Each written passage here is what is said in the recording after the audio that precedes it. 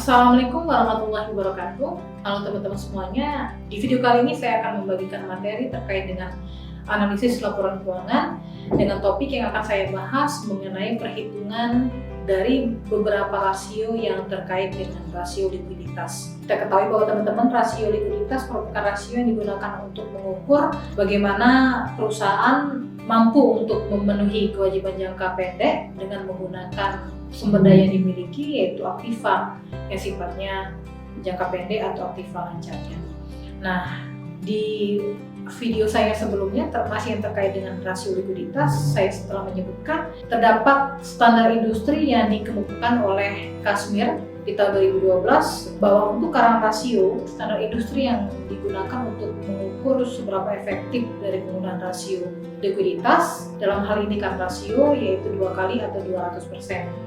Kemudian untuk rasio quick atau rasio cepat, standar industri yang digunakan untuk mengukur seberapa efektifnya rasio tersebut yaitu sebesar 1,5 kali atau 150%. Kemudian untuk rasio cash atau cash ratio, standar industri yang digunakan yaitu untuk mengukur seberapa efektif maupun efisien yaitu sebesar 1 kali atau 100%. Dan untuk cash turnover atau perputaran kas, standar industri yang digunakan yaitu 10 kali atau 1000%. Nah, kita akan masuk ke contoh perhitungan terkait dengan rasio likuiditas. Yang pertama yaitu rasio lancar.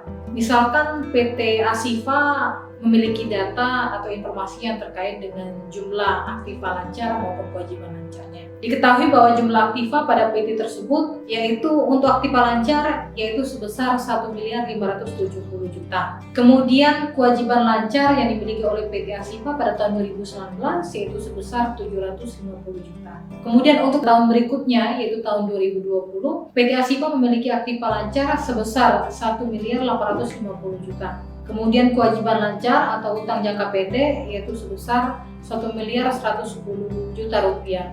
Nah, bagaimana kita menghitung rasio lancar terkait dengan data yang dimiliki oleh PT Asifa? Kita ketahui bahwa untuk menghitung rasio lancar maka kita harus membandingkan antara jumlah aktiva lancar yang dimiliki oleh perusahaan pada periode tersebut, kemudian kita bandingkan dengan kewajiban lancar yang dimiliki oleh perusahaan pada periode tersebut. Untuk tahun 2019 kita akan membagi tingkat aktiva lancar dengan kewajiban lancar. Untuk aktiva lancar 1.570 juta kita bagikan dengan tingkat kewajiban lancar yaitu 750 juta, sehingga perhitungan rasio lancar di tahun 2019 adalah 2,09. Kita kalikan dengan 100% menjadi 209%. Kemudian untuk tahun 2020 kita ketahui sesuai dengan apa yang saya kemukakan bahwa PT Asifa memiliki aktiva lancar di tahun 2020 itu sebesar 1.850 juta. Kemudian kewajiban lancar sebesar 1.110 juta. Karena ini terkait dengan rasio lancar, maka kita akan membagi aktiva lancar kita bagikan dengan kewajiban lancar. Sehingga perhitungan untuk rasio lancar di tahun 2020 menjadi 1,67 kita kalikan dengan 100% menjadi 167%. Nah, dari hasil analisa yang terkait dengan data PT Asifa, maka kita dapat menarik kesimpulan ya bahwa pada tahun 2019 bahwa rasio lancar atau current ratio PT Asifa sebesar 2,09 atau 209%. Nah, hal tersebut sudah sesuai dengan standar industri rasio likuiditas yaitu sebesar 2 kali atau 200%. Dengan demikian dapat kita analisis bahwa PT Asifa memiliki kemampuan di dalam melunasi kewajiban jangka pendek perusahaan dengan menggunakan aktiva lancar yang dimiliki oleh perusahaan di tahun 2019, sehingga dapat dikatakan bahwa kinerja perusahaan dalam keadaan yang baik. Hal tersebut dikarenakan bahwa setiap Rp1 kewajiban lancar perusahaan bisa dijamin oleh aktiva lancar yang dimiliki oleh perusahaan sebesar 2,09.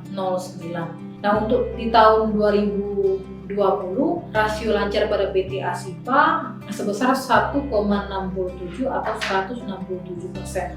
Nah, angka tersebut masih tergolong baik karena Rp1 utang lancar perusahaan itu bisa dijamin oleh aktiva lancar sebesar 1,67. Itulah terkait dengan bagaimana cara menghitung rasio lancar dan bagaimana untuk menganalisis perhitungan dari rasio lancar. Oke, kita lanjut ke contoh soal berikutnya masih terkait dengan analisis rasio likuiditas. Oke, Misalkan pada PT Asifa memiliki data sebagai berikut. Data tersebut terkait dengan nilai aktiva, kewajiban lancar maupun nilai persediaan pada periode tahun 2019 dan tahun 2020. Nah, pada tahun 2019 PT Asifa memiliki aktiva lancar sebesar 1 miliar 400 juta rupiah dengan nilai persediaan yaitu 15 juta rupiah. Adapun kewajiban yang harus ditanggung oleh perusahaan yang sifatnya jangka pendek sebesar 650 juta rupiah.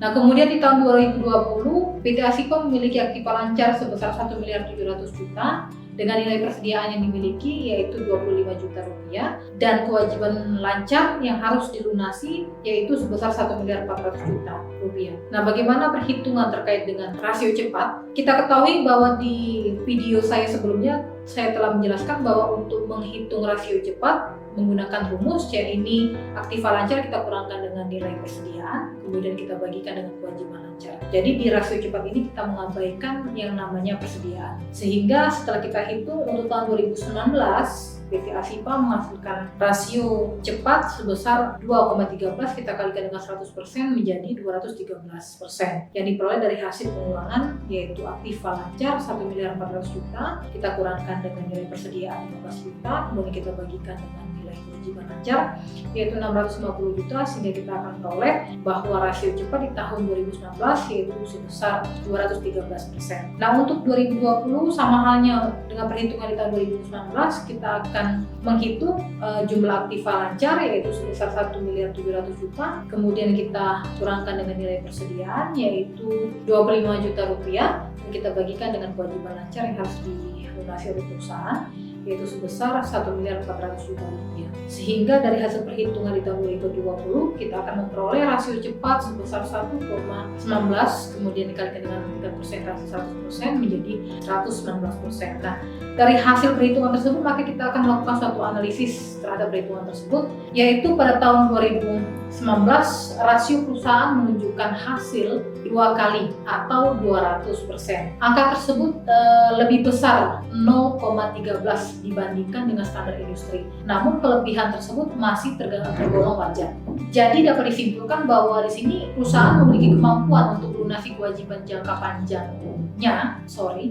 pendeknya tergolong baik dan tidak terlalu over dalam menginvestasikan aktiva lancar. Hal tersebut berarti bahwa utang lancar sebesar Rp1 bisa dijamin dengan aktiva lancar sebesar Rp2. Nah, untuk analisis berikutnya pada tahun 2020 rasio perusahaan menunjukkan hasil yaitu sebesar 1,19 kali atau 119%. Nah, pada tahun ini angka rasio cepat lebih kecil dari standar industri.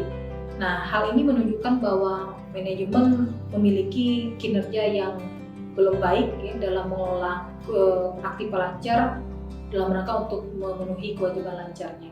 Oke, sekian untuk pembahasan mengenai perhitungan dari rasio likuiditas. Semoga apa yang saya sampaikan bermanfaat bagi kita semuanya. Lebih dan kurangnya saya mohon maaf. Terima kasih. Assalamualaikum warahmatullahi wabarakatuh.